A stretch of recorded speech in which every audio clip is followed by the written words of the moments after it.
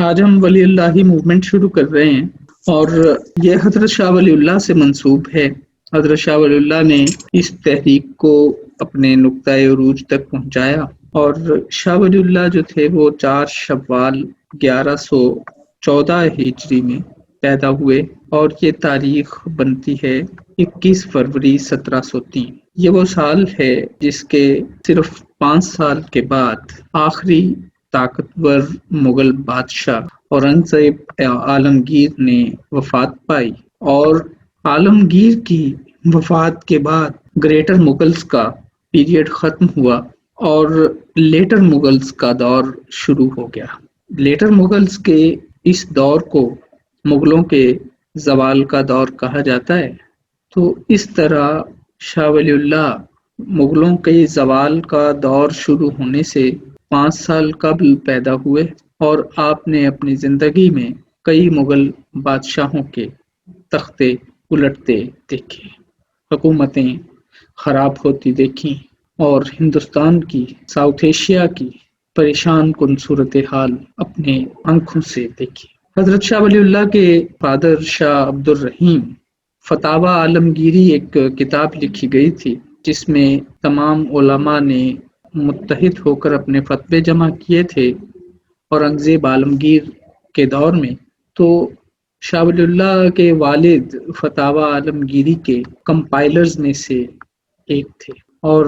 یہ مجددی برانچ جو تھی نقشبندی سلسلہ کی اس کے مرید بھی تھے۔ اور شاہ ولی اللہ نے اپنا ابتدائی جو تعلیم کا دور بتایا ہے اپنی کتاب جزو لطیف میں، تو اس میں آپ نے لکھا ہے کہ جب میں 5 سال کی عمر کا تھا تو میں مکتب میں داخل ہوا۔ 7 سال کی عمر میں میرے والد صاحب نے مجھے نماز پڑھنا سکھایا اور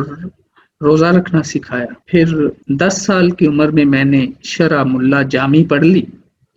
اور علم کے راستے میرے پہ کھل گئے۔ 14 سال کی عمر میں میری شادی ہوئی اور 15 سال کی عمر میں نے اپنے والد صاحب کے ہاتھ پر بیعت کر لی اور اپنے آپ کو تصوف میں مصروف کر لیا۔ تصوف میں نے نقشبندی طریقہ کو اختیار کیا، اور پھر میں اپنے والد کے مدرسہ میں لیکچر دینا شروع ہو گیا۔ تو اس طرح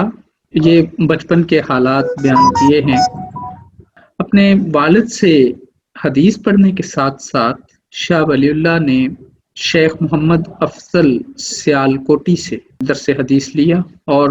شاہ ولی اللہ قادری اور چشتیہ سلسلے میں بھی اپنے والد کے ذریعے شامل ہوئے، لیکن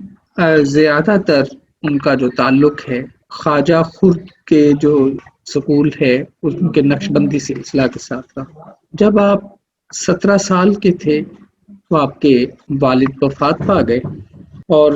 اب انہوں نے اپنے آپ کو اپنے والد کے مدرسہ میں پڑھانے میں مشغول کر لیا۔ یہاں پر 12 سال پڑھانے کے بعد 1143 ہجری میں حضرت شاہ ولی اللہ حجاز تشریف لے گئے۔ حجاز اس علاقے کو کہتے ہیں جہاں مکہ المکرمہ اور مدینہ المنورہ کے شہر ہیں عرب میں۔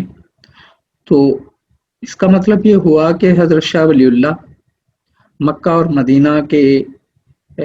مدارس میں تعلیم حاصل کرنے کے لیے گئے اور وہاں حدیث کا علم حاصل کیا۔ وہاں انہوں نے ظاہر ہے حج بھی کیا، اور شیخ ابو طاہر بن ابراہیم الکردی المدنی سے علم حدیث حاصل کیا۔ ابو طاہر جو تھے ایک بڑے صوفی سلسلہ کے صوفی ہونے کی ناطے شاہ ولی اللہ کو انہوں نے تصوف کی اندر بھی مہارت حاصل کروائی۔ انہوں نے شاہ ولی اللہ کو خرقہ عطا کیا، اور اسی زمانے میں مکہ میں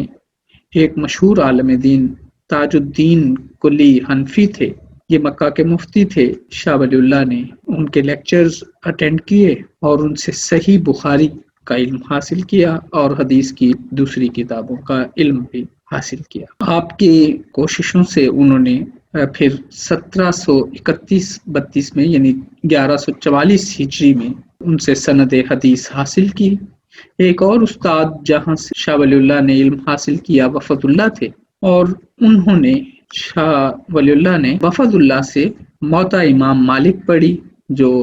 امام مالک کی حدیثوں کا مجموعہ ایک ہے، کلیکشن ہے، اور یہاں سے بھی آپ نے سند حاصل کی۔ ان اساتذہ کا شاہ ولی اللہ پر اثر بہت گہرا تھا، اور انہوں نے اس بہت بڑے جو مذہبی مسئلے ہیں اپنے دور کے اور مذہبی رہنما ہیں، ان کی بناؤ سنگھار میں، ان کے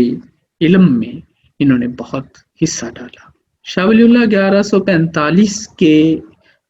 رجب کی 14 تاریخ کو، یعنی 31 دسمبر 1732 کو واپس دہلی آ گئے، اور پھر اس وقت سے لے کر انہوں نے اپنے آپ کو مسلم معاشرہ جو جنوبی ایشیا میں تھا اس کے لیے کام کرنا شروع کیا۔ آپ نے جو کچھ پڑھایا اس میں تعلیم دینا تھا، مذہبی تعلیم، لوگوں کو تربیت فراہم کی، اور ان لوگوں کو اپنی تحریک کے ساتھ وابستہ کیا، جو تحریک آج ہم جسے ولی اللہ تحریک کہتے ہیں۔ آپ نے جو کچھ تصانیف لکھی ہیں وہ مختلف اسلامی اصولوں سے، اسلام کے مختلف موضوعات سے ان کا تعلق ہے۔ آپ نے قرآن کا ترجمہ لکھا، پھر انٹرپریٹیشن قرآن کی، یعنی قرآن کی تفسیر کے اصولوں پر کتاب لکھی، اصول و ضوابط پر کتاب لکھی، اور پھر حدیث کے اصول و ضوابط پر، فقہ پر، کلام پر، مناظرہ پر، اور عقائد پر، تصوف پر، شخصیات کے حالات زندگی پر، شاعری پر، مذہبی اور سماجی اور سیاسی مکتوبات کے حوالے سے آپ کی تصانیف کے کچھ آتھر جو ہیں وہ آپ کی کتابوں کی تعداد 200 کے قریب بتاتے ہیں، لیکن ابو محمد رحیم بخش نے، جو کہ شاہ ولی اللہ کے ابتدائی بایوگرافر تھے، انہوں نے آپ کی کتابوں کی تعداد 45 بتائی۔ اپنے زندگی کے دوران آپ مکمل طور پر اسلامی معاشرے کی قرآن اور سنہ کے مطابق بنیادوں کے متعلق مصروف رہے، اور آپ نے جنوبی ایشیا کے 18ویں صدی میں جو اسلام تھا اس میں آپ کی شخصیت ایک ڈیووٹیڈ مسلم اور ایک مخلص رہنما کی حیثیت سے مسلمانوں کے، ساؤتھ ایشیا کے مسلمانوں کے لیے ایک مسلمہ ہے۔ آپ شاہ عالم ثانی کے دور میں 29 محرم 1176 ہجری، یعنی 30 اگست 1762 کو اس دار فانی سے کوچ کر گئے۔ تو آپ نے اور اپنی زندگی کے دوران اورنگزیب عالمگیر، بہادر شاہ ون، معز الدین جہاندار شاہ، فرخ سیر، رفیع الدرجات، رفیع الدولہ، محمد شاہ، احمد شاہ عالمگیر ثانی اور شاہ عالم ثانی کے ادوار کا خود مشاہدہ کیا۔ آپ کا جو لکھنے کا، آپ کا جو فکر کا یہ جو یونیورسلٹی ہے اور ورسٹیلٹی ہے، آفاقیت اور مختلف پہلو جو آپ کے کام کے ہیں، جو علم آپ نے فراہم کیا، وہ ان کے دور کے حالات کے متعلق اس کے بارے میں وہ خود بتاتے ہیں کہ ہندوستان کے لوگوں کے حالات میرے لیے چھپے ہوئے نہیں تھے، کیونکہ میں وہاں پلا بڑا تھا اور میں نے عرب ممالک کا بھی وزٹ کیا تھا اور وہاں پر بھی مطالعہ کیا تھا، تو اس طرح مجھے یورپین لوگوں کے حالات کا بھی ان سے، ایسے لوگوں سے جو وہاں کے مستند حالات بتا سکتے تھے، ان سے ملاقات کر کے میں نے وہاں کے حالات بھی جانے تھے۔ اس طرح شاہ ولی اللہ جو تھے وہ حجاز کے علمی حلقوں میں بھی ان کا ایک خاص مقام ہوا، اور آپ نے حدیث کے متعلق خصوصی کام کیا۔ آپ نے اسکالرز کو کہا چاروں جو فقہ ہیں ان میں سے آزادی کے ساتھ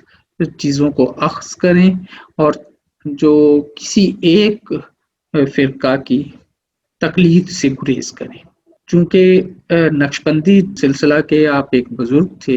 اس وجہ سے آپ کو ہندوستان میں غزالی کا لقب بھی دیا جاتا ہے، اور یہ کام یہ بالجون نے کہا ہے کہ آپ ہندوستان کے غزالی تھے. آپ کے دور کے ایک اور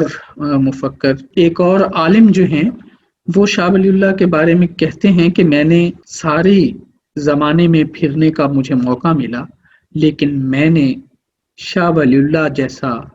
کوئی بھی عالم اپنے دور میں نہیں دیکھا. اس عظیم شخصیت کے بارے میں شبلی نعمانی اپنی مشہور کتاب علم الکلام میں لکھا ہے کہ وہ علمی زوال جو ابن تیمیہ اور ابن رشد کے بعد جس سے مسلمانوں کو واسطہ پڑا تھا، تو ایسا لگتا تھا کہ کسی بھی صاحب علم و دانش کی کوئی توقع نہیں تھی، کوئی امید نہیں تھی کہ کوئی پیدا ہوگا. تو اس وقت حضرت شاہ ولی اللہ جیسا ایک شخص پیدا ہوا، اور جن کی تنقیدی صلاحیتوں کی وجہ سے غزالی، رازی اور ابن رشد کے جو کام تھے وہ بھی مات پڑ گئے. ولی اللہ موومنٹ جو تھی وہ شاہ ولی اللہ کے دور تک ہی محدود نہیں رہی. حضرت شاہ ولی اللہ نے بہت سارے لوگوں کو تعلیم دی اور اپنے طلباء کا جو دائرہ تھا اس کو ایک تحریک کی شکل دے دی. آپ کے جو بیٹے اور شاگرد تھے وہ آپ کی تحریک کا حصہ بنے. ان میں سے جو پرومیننٹ لیڈرز تھے، ان میں جو آپ کے بیٹوں میں سے شاہ عبدالعزیز، شاہ رفیع الدین، شاہ عبد القادر شامل تھے. پھر آپ کے جو شاگرد تھے ان میں شیخ محمد عاشق دہلوی، شیخ محمد امین کشمیری، مرتضی بلگرامی، شیخ جر اللہ بن عبد الرحیم لاہوری، شیخ محمد عبد السعید بریلوی، شیخ رفیع الدین مراد، شیخ محمد بن ابو الفتح بلگرامی، شیخ محمد معین سندھی اور قاضی ثناء اللہ پانی پتی شامل ہیں. ہم نے آپ کے ہر شاگرد کے نام کے ساتھ ان کا علاقہ بھی بتایا ہے، تو آپ اس بات سے اندازہ کر سکتے ہیں کہ پورے ہندوستان میں تقریباً حضرت شاہ ولی اللہ کے شاگرد موجود.